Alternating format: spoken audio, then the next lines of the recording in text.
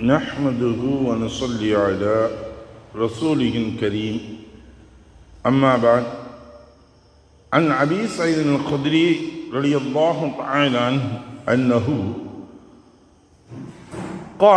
قال رسول الله صلى الله عليه وسلم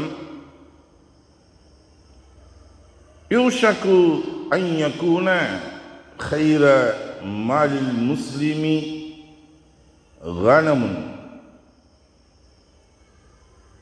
يتبع بها شعاب الجبال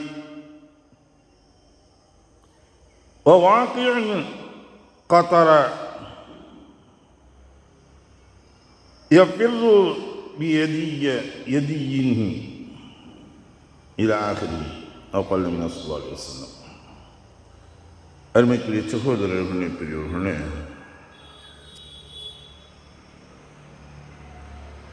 இன்று நாம் பார்க்கக்கூடிய தலைப்பு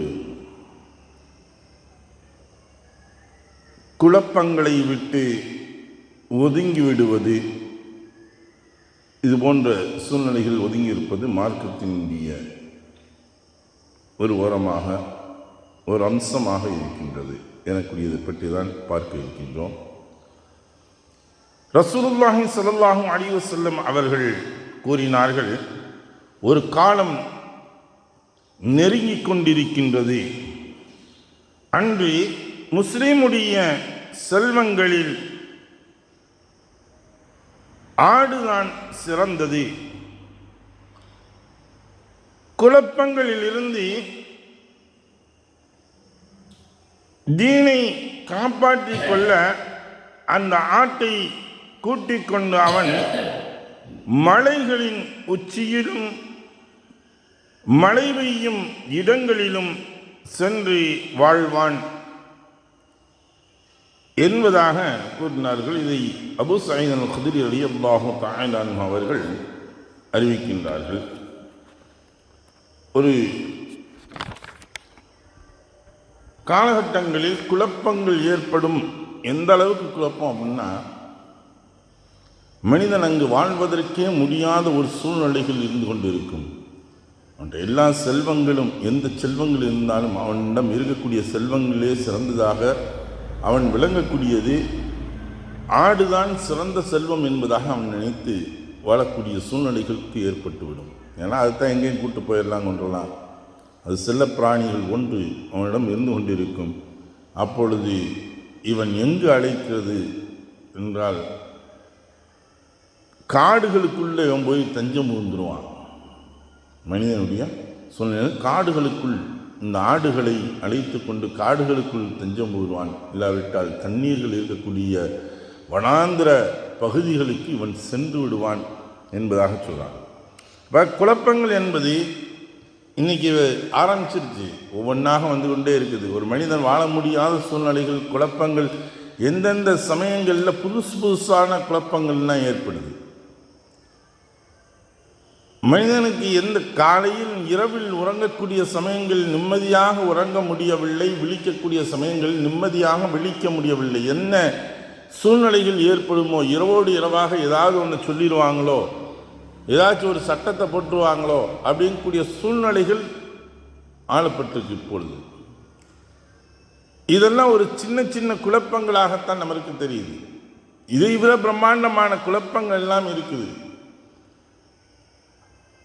தன்னுடைய எந்த அளவுக்கு இருக்கும் அப்படின்னா, தன்னுடைய உடலில் இருக்கான்னு அவங்க எந்திரிச்சு தொட்டு பார்த்துக்கிறேன்னு தான் அந்த அளவுக்கு ஆயிரும். இன்னைக்கு சில பகுதிகளில் சென்று பார்த்தா இஸ்லாமியர்கள், கிறிஸ்தவர்கள், சிறுபான்மையர்கள் வாழ்வதற்கே முடியாத சூழ்நிலைகள் ஏற்பட்டு கொண்டிருக்குது. அவரவர் சுதந்திரமாக இருக்க முடியாத சூழ்நிலைகள் ஏற்பட்டு கொண்டிருக்கு. இன்றைய காலகட்டத்தில் எந்த அவரவருடைய வழிபாடுகளில் சுதந்திரம் என்பது இல்லாத சூழ்நிலைகள் ஏற்பட்டு கொண்டிருக்கிறது. அவன் நடப்பதற்கு முடியவில்லை, அவன் சுதந்திரமாக தன்னுடைய வழிபாடுகளை அவன் வழிபட முடியவில்லை. எல்லா விஷயத்திலும் சிலர்கள் புகுந்து கொண்டு நாங்கள் தான் இருக்கக்கூடியதிலேயே மிகவும் மெஜாரிட்டி அதிகமான நபர்கள் நாங்கள் சொல்வதைத்தான் கேட்க வேண்டும், அந்த கட்டளைகளை கொண்டு வருகின்றார்கள். என்ன உண்ண வேண்டும், என்ன உடுத்த வேண்டும், என்ன பேச வேண்டும், எப்படி இருக்க வேண்டும் என்பதை பற்றி ஒருவர்கள் அவர்களுக்கு திணிக்கின்றார்கள் என்றால், இப்படித்தான் நீ பேசணும், இப்படித்தான் நடக்கணும், இந்த ட்ரெஸ் தான் உடுத்தணும் அப்படின்னு கட்டுப்பாடுகளை சட்டங்களாக ஆக்குகின்றார்களே, இந்த சூழ்நிலைகள் தான் கூடாது. ஆனால் மார்க்கம் சொல்லக்கூடிய கட்டுப்பாடுகள் கட்டளைகள் இருக்கின்றதே மனிதனுடைய ஒழுக்கத்திற்கு உரிய ஒன்றாக இருக்கும். ஒழுக்கத்திற்கு மாறாக மனிதனுடைய வாழ்க்கைக்கு சீரழிக்கக்கூடிய ஒன்றாக இருக்காது. எந்த விஷயத்தை எடுத்தாலும் சரி, உணவு ஈட்டங்கள், நீங்கள் உண்ணக்கூடிய உணவு பிஸ்மில்லா சொல்லி அறுக்கப்பட்டதாக இருக்கணும் அப்படின்னு சொல்லுது. அப்படின்னா ஏன் அவ்வாறு சொல்லப்பட வேண்டும் என்பதை பார்க்கும் பொழுது, அறுக்கக்கூடிய சமயங்களிலும் துண்டாக தலையாயிடக்கூடாது. இருக்கக்கூடிய 3 நரம்புகள் 2கள் அறுபட வேண்டும். உணவு குழாய், மூச்சுக்குழாய், இரத்த குழாய். இந்த குழாய்களில் இவனுக்கு உணவு குழாயும் இரத்த குழாயும் அறுபட வேண்டும் என்பதாக சொல்லுது. மூச்சுக்குழாய்கள் இது அறுபடக்கூடிய சமயங்களில் தான் உங்களுக்கு நேரடியாக உடம்பில் இருக்கக்கூடிய அனைத்து இரத்தங்களும் வெளியேறப்பட வேண்டும். அப்பொழுது தான் அது முழுமையாக உயிர் பிரியும். இல்லை அப்படின்னா இந்த செல்கள், கெட்ட செல்கள் உடலில் தங்கிரும்.